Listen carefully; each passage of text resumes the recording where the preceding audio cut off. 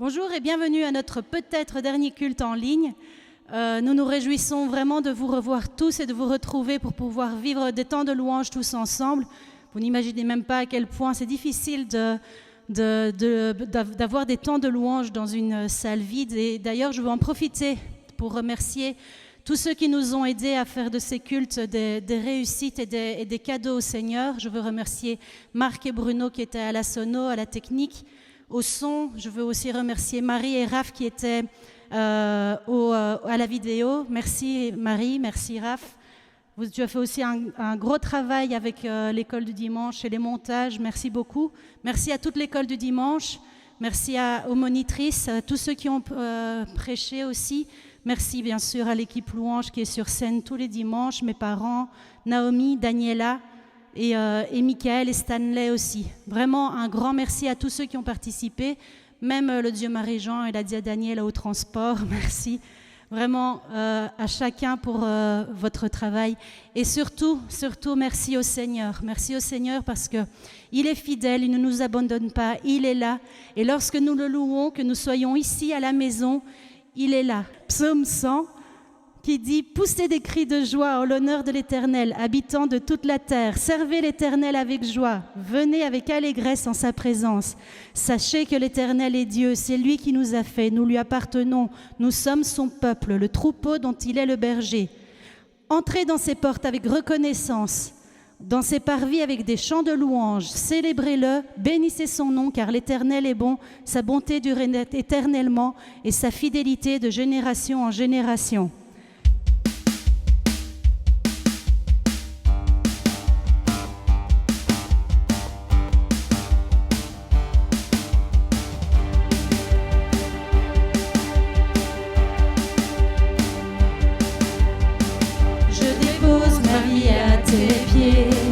Tu es le seul dont j'ai besoin. Je viens vers toi et tu es toujours là. Quand je me perds, c'est toi que je cherche. Tu es le seul dont j'ai besoin. Ce que je suis, je le donne à toi seul. Le chemin, Jésus, tu es le seul pour qui je veux vivre. Le chemin, Jésus, tu es le seul pour qui je veux vivre.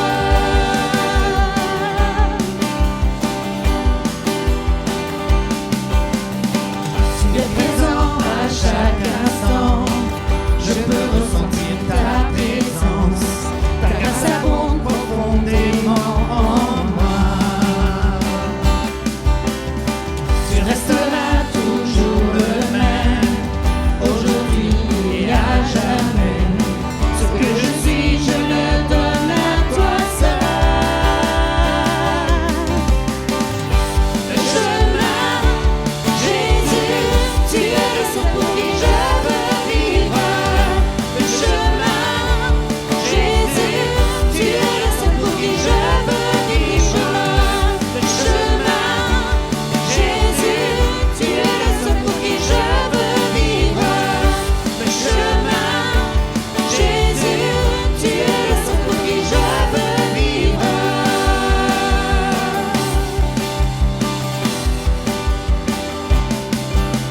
Je veux te suivre car tu es mon Dieu. Je vis pour toi, nous vivons par la foi. Nous vivons tous pour toi. Je veux te suivre car tu es mon Dieu. Je vis pour toi, nous vivons par la foi. Nous vivons tous pour toi. Je veux te suivre car tu es mon Dieu. Je vis pour toi, nous vivons par la foi. Nous vivons tous pour toi. Je veux te suivre car tu es mon Dieu. Je vis pour toi, nous vivons par la foi.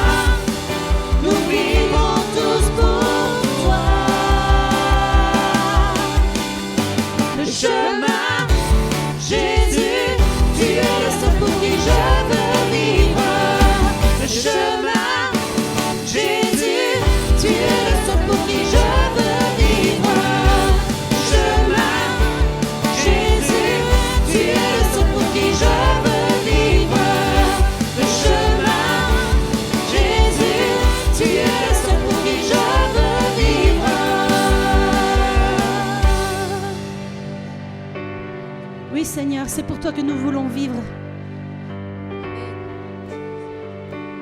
Tu es là. Quand tout va bien et quand tout va mal, tu es là. Tu es là chaque instant. Béni soit ton nom, là où tu donnes l'abondance.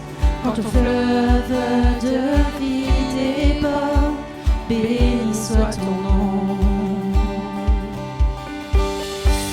Béni soit ton nom, quand je me trouve dans le désert. Si je passe par la détresse, béni soit ton nom. Oh, pour chaque bénédiction, je te louerai. Quand les ténèbres m'entourent, je te dirai, béni soit le nom du Seigneur, béni soit ton nom, béni soit le nom du Seigneur, béni soit ton glorieux nom. Béni soit ton nom, quand sur moi brille le soleil, quand tout va bien, la vie me plaît, béni soit ton nom. Béni soit ton nom, sur la route semée de douleur, et au milieu des larmes, des pleurs, béni soit ton nom. Pour chaque bénédiction, oh, pour chaque bénédiction, je te louerai.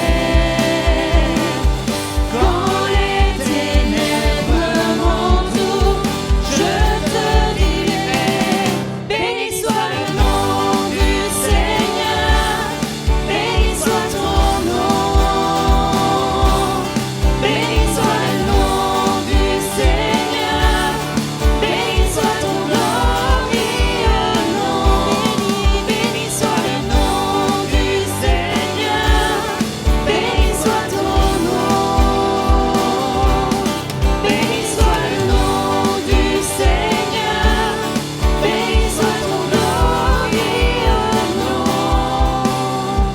Oh, pour chaque bénédiction, oh, pour chaque bénédiction, je te louerai. Quand les ténèbres m'entourent, je te dirai. Pour chaque bénédiction, oh, pour chaque bénédiction, je te louerai. Quand les ténèbres m'entourent, je te dirai, béni soit le nom du Seigneur, béni soit ton nom, béni soit le nom du Seigneur, béni soit ton glorieux nom, béni soit le nom du Seigneur, béni soit ton nom, béni soit le nom du Seigneur, béni soit ton glorieux nom. Béni sois-tu, Béni Seigneur. soit ton nom, Seigneur. Béni soit ton Oui, Seigneur, nom, sois béni. Alléluia. Que le soleil brille ou qu'il y ait la tempête, Seigneur, sois béni. Que notre louange ne dépende pas de nos circonstances, Seigneur, mais qu'elle dépende de toi. Toi qui ne changes pas, Seigneur. Toi qui es fidèle. Toi qui ne nous abandonnes pas.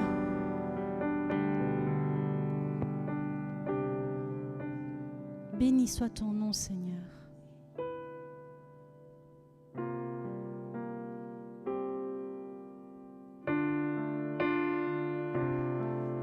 Tu es majestueux, Père.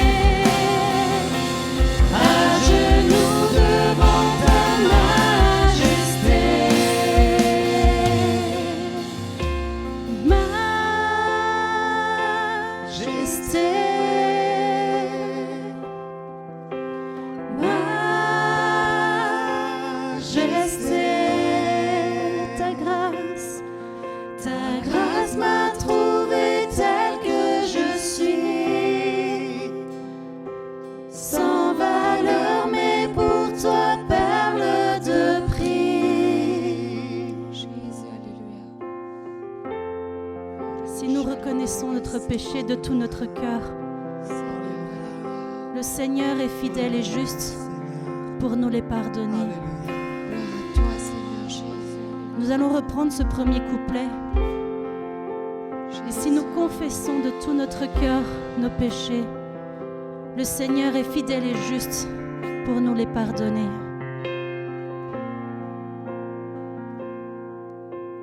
Me voici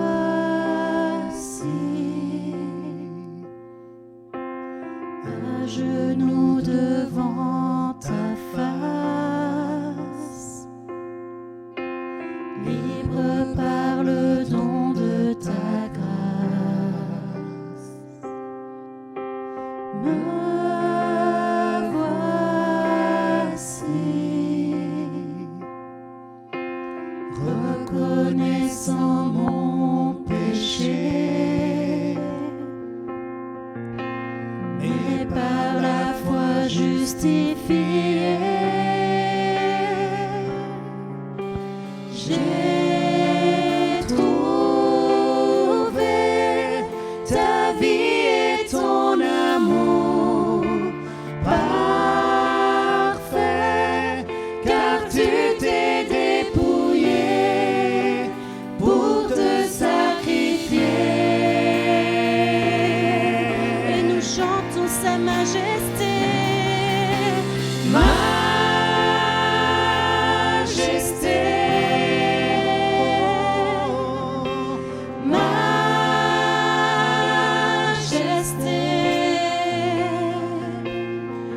Ta grâce m'a trouvé tel que je suis, sans valeur, mais pour toi, perle de prix.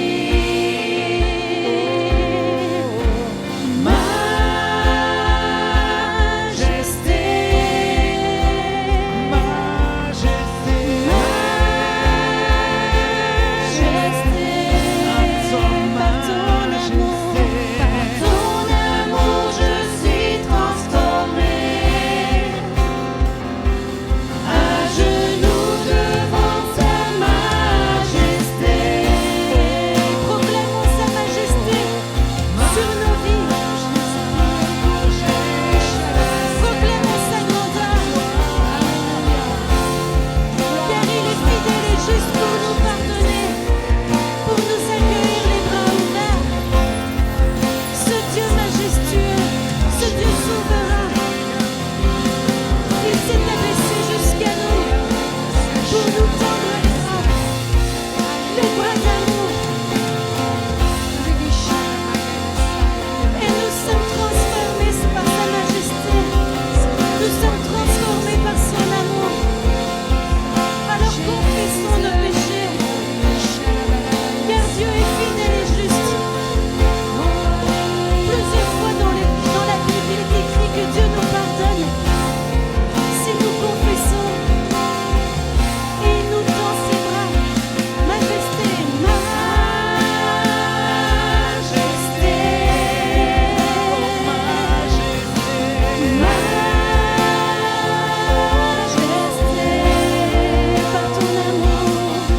par ton amour, je suis transformé. À genoux devant sa majesté, majesté,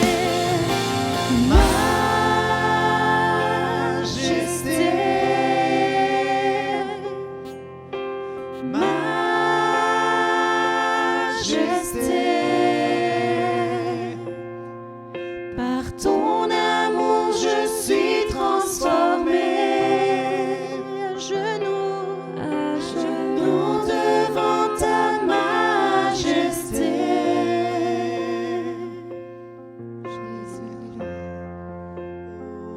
Seigneur, nous nous prosternons devant toi, car tu es majesté. Gloire à ton Saint-Nom, Seigneur. Roi majestueux. L'immensité de ta grandeur me montre comme je suis petite devant toi, Seigneur.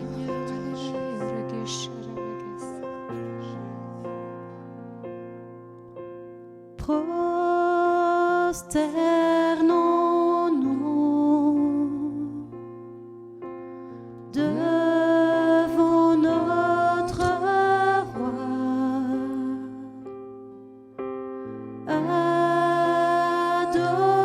Adorons-le de tout notre cœur.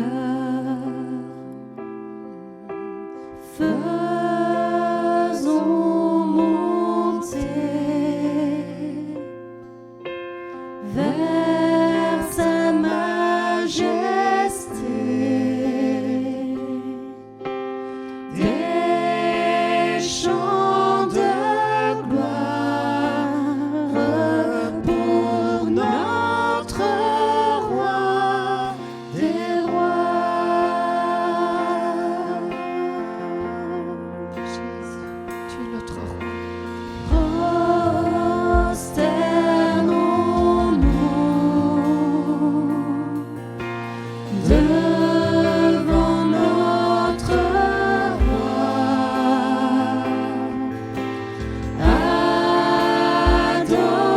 Adorons-le de tout notre cœur. Faisons monter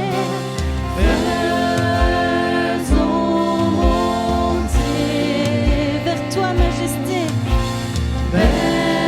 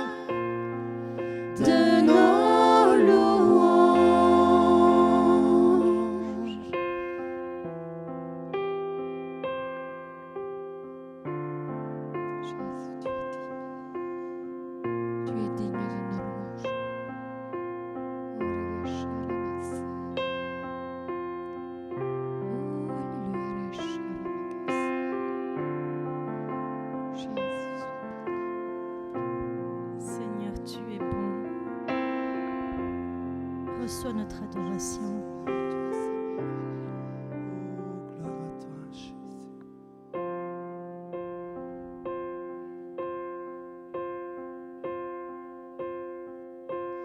Dieu, tu es bon.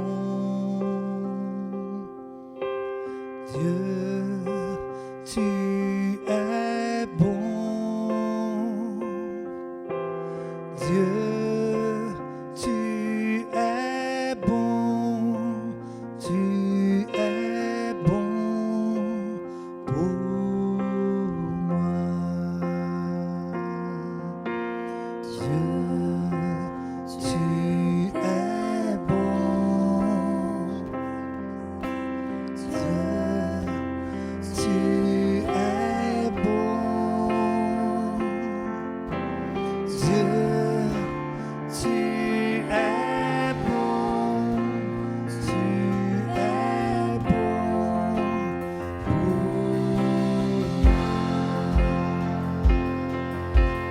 Dieu, tu es bon. Dieu, tu es bon.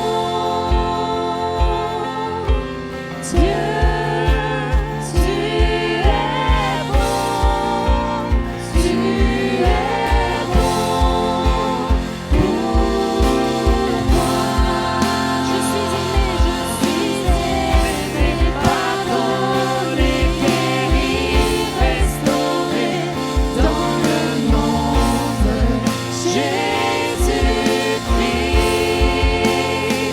Je suis sauvé, appelé, choisi, consacré pour la gloire de son nom. Je suis aimé, pardonné, guéri, restauré dans le nom de Jésus-Christ.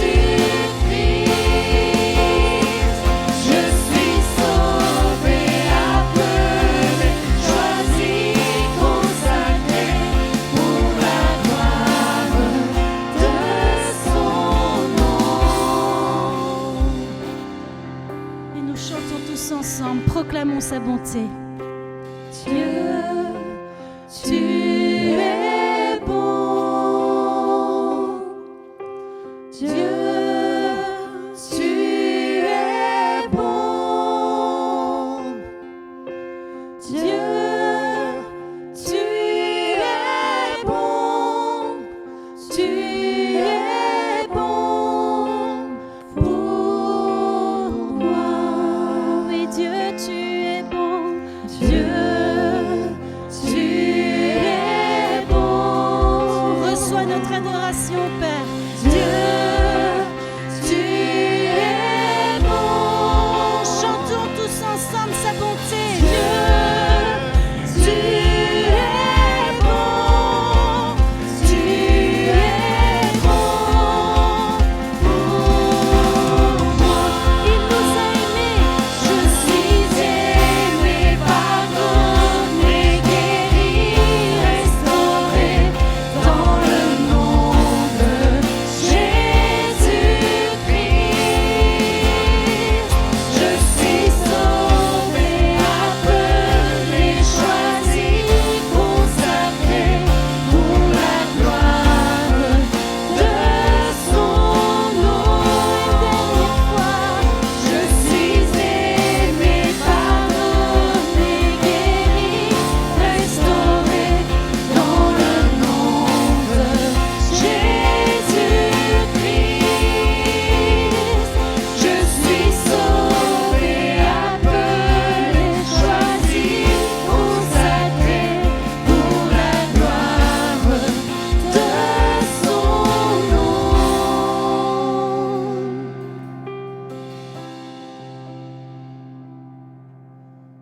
Dieu, tu es bon. Dieu, tu es bon. Dieu, tu es bon.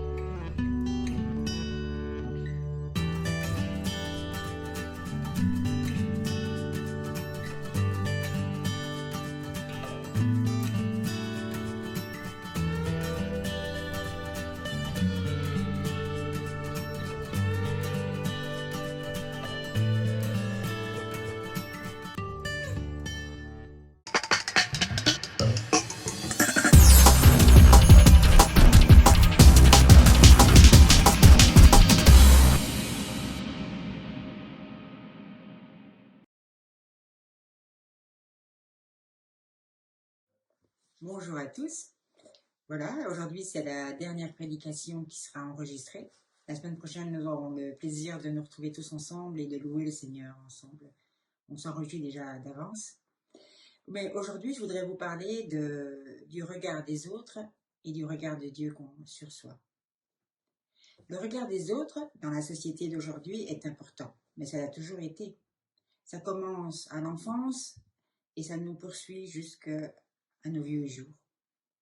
La société a des normes, des idéaux, et si on est différent, on est souvent jugé. Je pense que tout le monde vit sous la pression du regard des autres, peur d'être jugé, rejeté, exclu de la société. On veut être aimé, être accepté, et on met notre valeur dans ce que les autres pensent. Des fois, ça peut être juste, mais c'est souvent pas le cas. Nous avons tous des valeurs, des idéaux, mais comment nous comportons-nous envers les autres et comment subissons-nous les jugements des autres? J'aimerais vous présenter une photo, c'est People, tout le monde connaît Pierce Brosnan, comme il a joué James Bond, et on lui pose la question, comment ça se fait qu'il est encore marié avec cette femme, vu qu'elle a un problème de surpoids? Et il doit se justifier et expliquer combien sa femme est merveilleuse, malgré son surpoids. C'est incroyable. Juste la question, elle est scandaleuse pour moi. Cette femme, elle est maman, elle a 2 enfants avec lui, et ils vivent heureux, et pourtant, on lui pose la question comment ça se fait qu'il lui est toujours fidèle. La société a de drôles de repères et de jugements. Et des fois, ça peut gâcher des vies. Mais j'aimerais vous donner quelques exemples bibliques. Le premier, c'est Joseph. Joseph, son contexte familial est bon. Il est aimé. C'est pas toujours l'environnement qui nous cause problème. Mais si cet environnement à lui donne de l'assurance, à ses frères, le même environnement crée de la jalousie. Pourquoi? Parce que c'est le chouchou de papa. Et souvent, ils se sentent supérieurs à eux.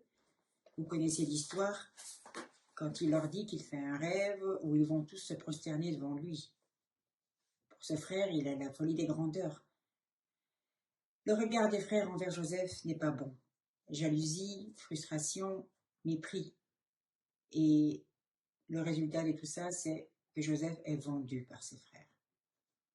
On le retrouve des années plus tard avec des grandes blessures. C'est un frère qui a été vendu pour une question de jalousie et c'est une grande blessure qui reste là, qui est presque insupportable. Combien de parents de nos jours méprisent leur enfant ou des frères et sœurs qui se méprisent entre eux en disant tu es un vaurien, tu es incapable, tu es fainéant, tu es idiot, imbécile, ou plein de jugements, de préjugés, tu n'arrives à rien, un manque d'intérêt, un manque d'amour. Et alors, au lieu de trouver dans la maison un fondement stable, une force, il y a beaucoup de mépris et de jugement. Et ça ne passe pas, ça crée des blessures qui souvent nous définissent. Et Joseph, lui, il reçoit, on peut dire, une force spéciale, parce que c'est celle du pardon. On voit dans son histoire l'œuvre de Dieu. Le mal qu'il a subi, dont il a souffert, est toujours là, il est présent. Mais il est dépassé par quelque chose de plus grand, le pardon. Le mal que nous subissons n'a pas toujours de sens. Ça nous rapporte rarement un bénéfice, mais nous devons tenter, avec l'aide de Dieu, de comprendre ce qui a pu motiver tel ou tel comportement d'un de nos proches. Les relations que nous avons avec des membres de notre famille sont parfois irrationnelles, passionnées, et nous pouvons passer de la souffrance aux larmes de joie, comme Joseph à l'occasion d'une réconciliation. Mais ce qui est beau dans cette histoire, dans cet exemple, c'est que Dieu restaure une famille à travers le pardon. Le deuxième exemple que je voudrais partager avec vous, c'est l'exemple de David. Dieu va choisir un roi pour remplacer Saül. Et c'est Samuel qui est envoyé pour choisir un roi. Et ce récit, vous le trouvez dans Samuel 16, 1 à 10. Dans ce récit, les apparences sont trompeuses, dit Dieu. Et ses choix sont déroutants pour Samuel.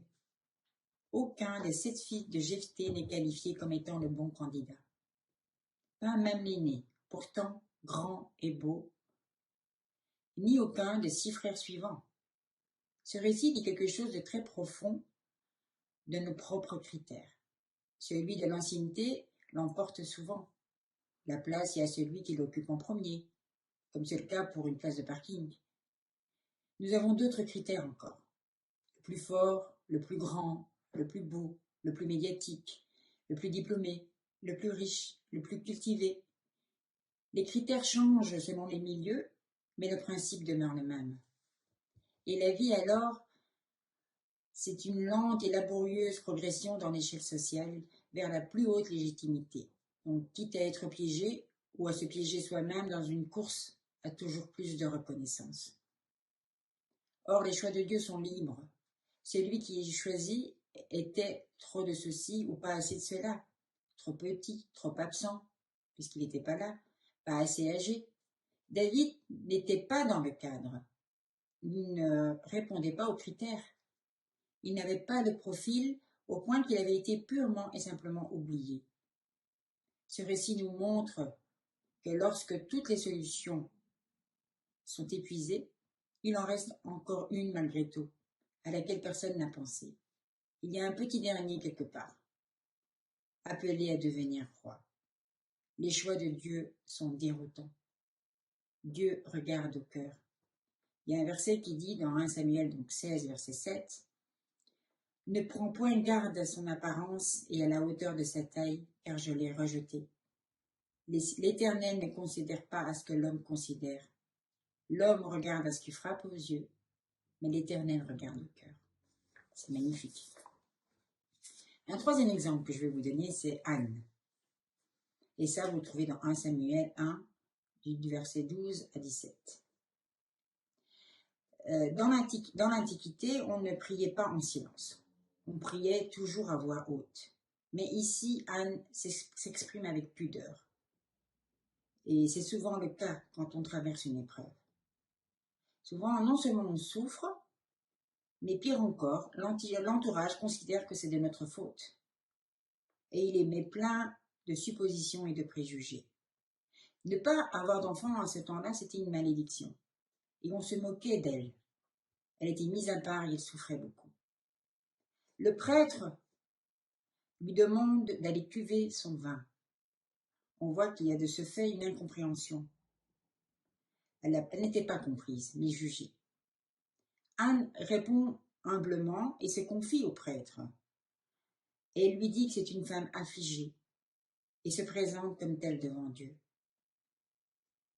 On voit que lui, il la prend en sympathie et il s'associe à sa prière. Et il lui dit que Dieu t'accorde ce que tu lui as demandé. Et cela suffit à Anne pour se relever. Elle change complètement d'état. Elle se remet à manger et elle retrouve une figure humaine, il est dit, et reprend ses activités.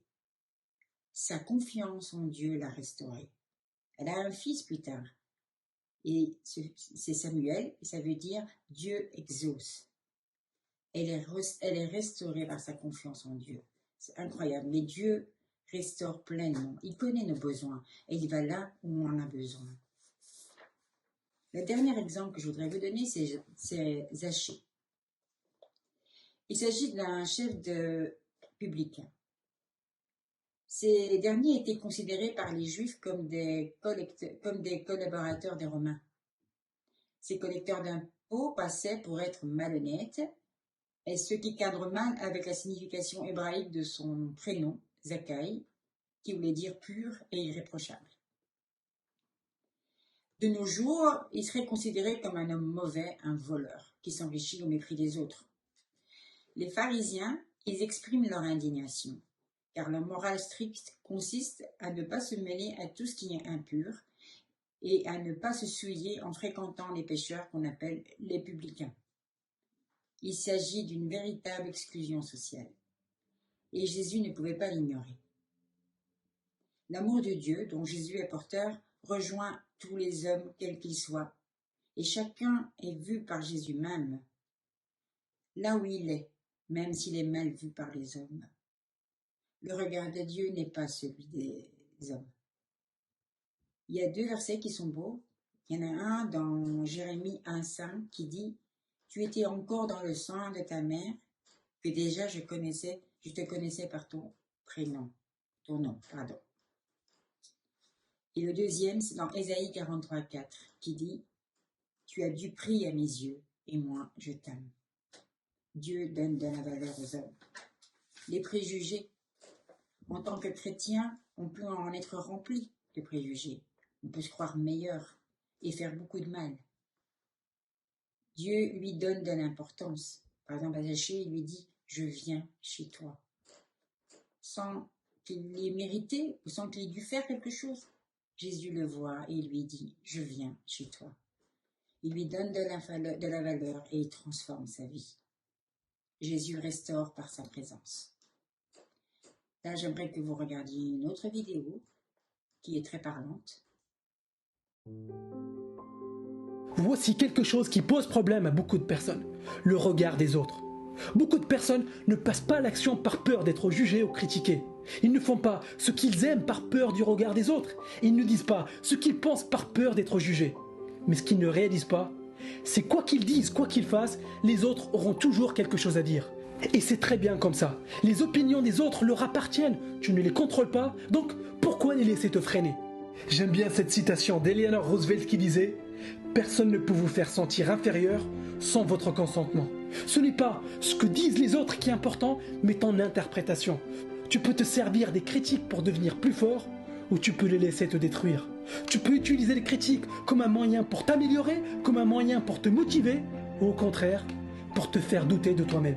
C'est vraiment une décision et tu es le seul à pouvoir la prendre. Et j'aimerais partager avec toi l'histoire de l'âne d'un petit villageois qui est tombé dans le puits. L'âne était assez vieux et n'avait plus beaucoup de force. Et le villageois n'avait pas les moyens de le sortir. Et de toute façon, il ne lui servait presque à plus rien, donc il décide de le laisser mourir dans le puits. Mais l'âne ne voulait pas se laisser faire. Il a commencé à crier jour et nuit et empêcher tout le village de dormir. Et les villageois ont finalement décidé de l'enterrer vivant dans le puits. Ils se sont dit qu'ils allaient boucher le puits, comme ça ils n'entendraient plus jamais parler de cet âne. Ils ont pris les pelles et ont commencé à envoyer du sable dans le puits. Mais ce qu'ils n'ont pas réalisé, c'est qu'à chaque fois que l'âne recevait du sable, il secouait son dos et tassait le sable sous ses jambes. Pendant que les habitants du village continuaient à peuler sur l'âne en profitait pour monter petit à petit dans le puits. Et au bout d'un moment, l'âne avait assez de sable sous ses jambes et a pu sortir du puits sain et sauf. On peut parfois se sentir au fond du trou, des gens nous critiquent, nous enfoncent. Mais si on fait preuve de courage, on peut se servir de ces critiques pour nous en sortir et aussi pour devenir plus fort.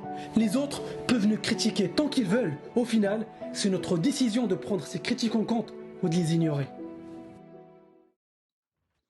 Voilà. Combien de fois nous donnons aux autres le droit sur nos vies? Qui définit ce qui est bon ou pas? Qui on est, si on a de la valeur? Souvent, ceux qui décident sont eux-mêmes blessés et sont mal dans leur peau. Dieu donne la juste valeur et restaure. Nous sommes tous responsables au-delà de nos préjugés et de nos jugements. Que ce soit nos préjugés familiales, culturels, physiques, intellectuels, financiers. Il faut donner la valeur à chacun, comme Dieu demande. Et laissons Dieu définir qui nous sommes. J'aimerais vous raconter mon témoignage. Et voilà, ça correspond un peu à ce que je vous ai dit aujourd'hui par rapport à la valeur de soi. Mais à l'âge de 12 ans, j'ai été agressée. Et la valeur de moi-même a été complètement détruite. En fait, je n'ai pas partagé cette chose avec mes parents. Et ma sœur Rosalinda était déjà mariée, partie en Italie. Donc, mes autres frères et sœurs étaient petits, je ne l'ai dit à personne. Donc c'est quelque chose qui était en moi et c'est mon physique qui a réagi. J'ai eu un goitre qui était énorme et j'étais chauve. Donc imaginez une adolescente de 12 à 17 ans qui vit avec ce physique-là et c'était très très difficile à l'école. On s'est beaucoup moqué de moi, on m'a beaucoup dit des choses méchantes, j'étais moche. Je l'avais tellement intégré que j'essayais d'être invisible. J'essayais que l'on me voit le moins possible. Mais en même temps, Jésus était devenu mon meilleur ami. C'est à lui que chaque soir, je racontais toute mon histoire et toute ma journée, et je lui disais comment je me sentais ou pas. Et au fil du temps, à chaque fois que j'avais une très grande détresse intérieurement, parce que je ne m'aimais pas du tout, donc quelque part, quand on ne me voyait pas, ça allait, mais si on me remarquait, ça me mettait dans un mal-être énorme. Et j'aimais me retrouver avec Jésus et lui parler. Un jour, il y a des gens du collège biblique qui sont venus dans notre église, et ils ont commencé à louer Dieu, et je les voyais en communion avec Dieu d'une façon très profonde, et j'ai dit, je veux être comme eux, c'est ça que je veux. Je veux cette relation avec Dieu. Et en fait, c'est ce qui est arrivé. Je suis allée au collège biblique. Il n'y a pas de hasard avec Dieu parce que c'est là que ma guérison en partie a commencé, puisque j'étais dans une pièce, la pièce de prière. Et là, j'ai dû faire face à tout ce que j'avais vécu parce que j'étais quand même dans le déni. Et Jésus m'a restaurée petit à petit. Mais je ne peux pas vous dire combien de fois Jésus m'a dit qu'il m'aimait, que j'étais sa fille, que j'étais précieuse pour lui. Un jour, j'étais en France, on faisait un spectacle de marionnettes avec Marie-Jean, et j'étais dans une détresse intérieure. Et là, il y a eu un homme qui a prophétisé, qui a dit qu'il avait une parole pour une femme. Donc, vous imaginez, dans la salle, il y a plein de femmes. Et puis, il a été plus précis. C'est avec les lunettes Bordeaux. Et là, il n'y avait que moi. Et puis, il a même dit mon nom.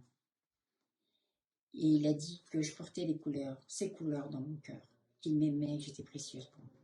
Mais c'est ça qui a restauré ma vie, c'est ça qui a donné un sens à ma vie. Et je peux vraiment dire que si je suis parmi vous aujourd'hui, c'est parce que Dieu m'a restaurée. Les gens n'ont pas été gentils, n'ont pas été tendres. Et puis, souvent, on est face à la méchanceté, aux critères des gens, et on ne correspond pas à ce qu'ils veulent, et on se sent toujours blessé, ils vont devoir se cacher. Mais Dieu, non. Dieu donne les choses à sa juste valeur. Et moi, il m'a beaucoup aidé, il m'a beaucoup béni. Et c'est pour ça que je veux vous encourager, chacun d'entre vous, à avoir cette relation avec Dieu et à retrouver cette valeur qu'on mérite d'avoir, mais que Dieu nous donne. Et ça, c'est dans le relationnel avec lui. Des gens qui ont des avis différents, qui ont des préjugés, des critères, il y en aura tout le temps. Il faut vraiment essayer de ne pas trop se faire influencer et d'essayer de voir qui on est vraiment aux yeux de Dieu. Là, j'aimerais vous laisser avec une dernière vidéo encore.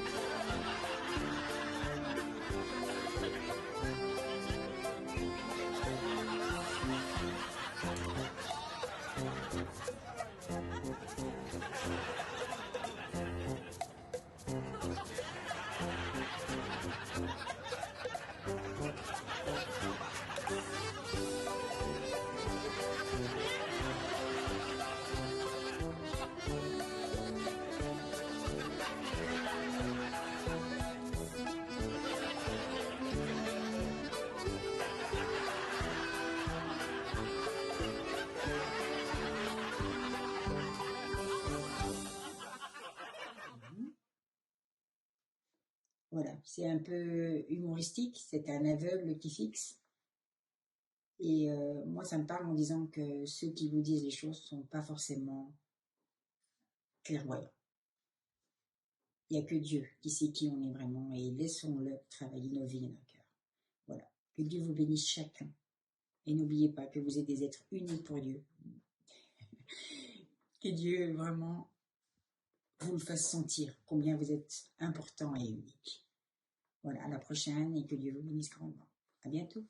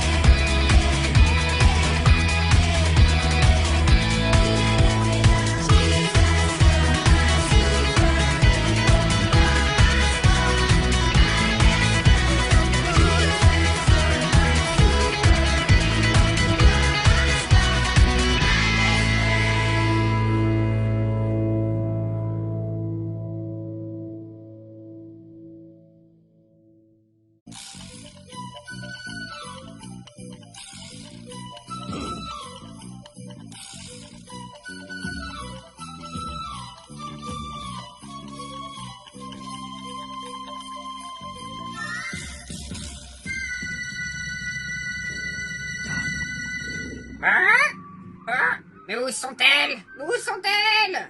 Ah bonjour Kiwi. Qu'est-ce qui se passe-t-il? Pourquoi toi tu es triste? Ah! Je ne trouve plus mes cacahuètes! Bon, j'ai cherché partout! Mais je ne sais plus où elles sont! Ne te remplis pas d'inquiétude mon ami. Nous allons les chercher ensemble et nous les retrouverons. Je le promets à toi. Tiens, cela me fait penser à une histoire. Oh! Une histoire? J'aime bien les histoires! C'est l'histoire de cacahuètes! Dis! Tu peux me la raconter, s'il te plaît? Non Kiwi, ce n'est pas une histoire de cacahuètes. Mais oui, j'ai dit, bien entendu, je vais la raconter. Et comme ça, tous nos petits amis qui écoutent nous en ce moment pourront aussi en profiter. Il était une fois un berger qui avait exactement 100 moutons. Il en avait des grands, des petits, il avait des blancs, des noirs, des cachetés, tous différents. Et elle les aimait tous pareils. Et il avait des cacahuètes aussi? Non, Kiwi, il n'avait pas de cacahuètes. Écoute la suite. Il connaissait tous ses moutons et les comptait chaque matin et chaque soir. Un soir, alors qu'il comptait 97, 98, 99, oh non, il avait dû sûrement se tromper. Voilà qu'il en manquait un. Hé! Moi aussi, avant de dormir, je compte mes cacahuètes. Une cacahuète, deux cacahuètes, trois cacahuètes. Bon, alors, il recompta tous ses moutons. Et seulement 99 étaient là. Il en manquait toujours un. Mais où est-il donc passé? Il avait pourtant bien compté. Le berger était très inquiet. Mouton était peut-être en danger. Peut-être un ours, un loup ou un lion l'avait attrapé pour en faire son dîner. Alors, le berger décida de chercher tout en haut. Il grimpa au sommet des montagnes. Il alla voir sur les collines et regarda derrière tous les rochers. Il se pencha et regarda au pied des falaises. Le berger prenait beaucoup de risques pour retrouver Mouton. Et toujours rien. Il ne trouva rien. Oh, rien! Pas de cacahuètes alors! Puis, il chercha tout en bas. Il alla voir dans les fossés. Il descendit dans les crevasses, examina les trous et jeta un œil dans les puits de toute la région. Rien, pas de moutons. Ensuite, il explora les rivières. Il fit le tour des lacs, inspecta les étangs, les plans d'eau et les cascades. Mais rien, toujours rien, impossible de mettre la main sur Mouton. Et pour terminer, il lui est venu dans son esprit une dernière idée. Et si Mouton était coincé dans des branchages? Il explora les ronces, il parcourut les bois, les forêts, fouilla chaque buisson, broussaille et bosquet, et une fois encore, rien. Le berger était bien fatigué maintenant, mais il avait toujours espoir de retrouver Mouton. Soudain, alors qu'il faisait une pause, il entendit un bruit. Mes cacahuètes? Non, Kiwi, un bruit. Hé, hé, serait-ce mon mouton? Il tendit l'oreille. Bé! Mouton était caché derrière un buisson et il faisait la causette avec un petit écureuil. Quel bonheur! Il l'avait cherché longtemps, mais voilà, récompensé de tous ses efforts.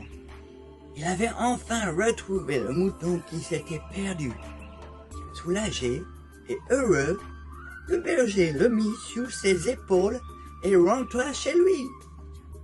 Arrivé tout près de son troupeau, il s'écria: Venez faire la fête avec moi.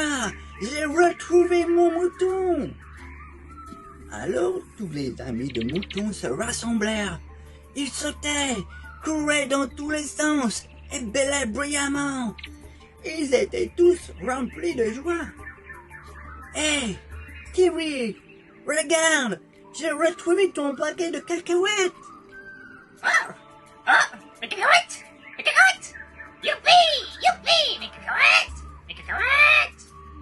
Voilà les enfants, l'histoire est terminée. Maintenant j'ai une question pour toi. As-tu déjà perdu quelque chose que tu aimais très très fort? Et ensuite, quelle a été la joie de toi quand tu as pu le retrouver? Immense, n'est-il pas? Comme le berger cherche le mouton perdu, Jésus cherche aussi les enfants et les personnes qui ne le connaissent pas. Jésus veut les ramener tout près de lui. Il veut les conduire et les protéger. Il les aime très fort. Vous retrouverez cette histoire dans la Bible, dans le livre de Luc, au chapitre 15. À très bientôt les amis. Au revoir.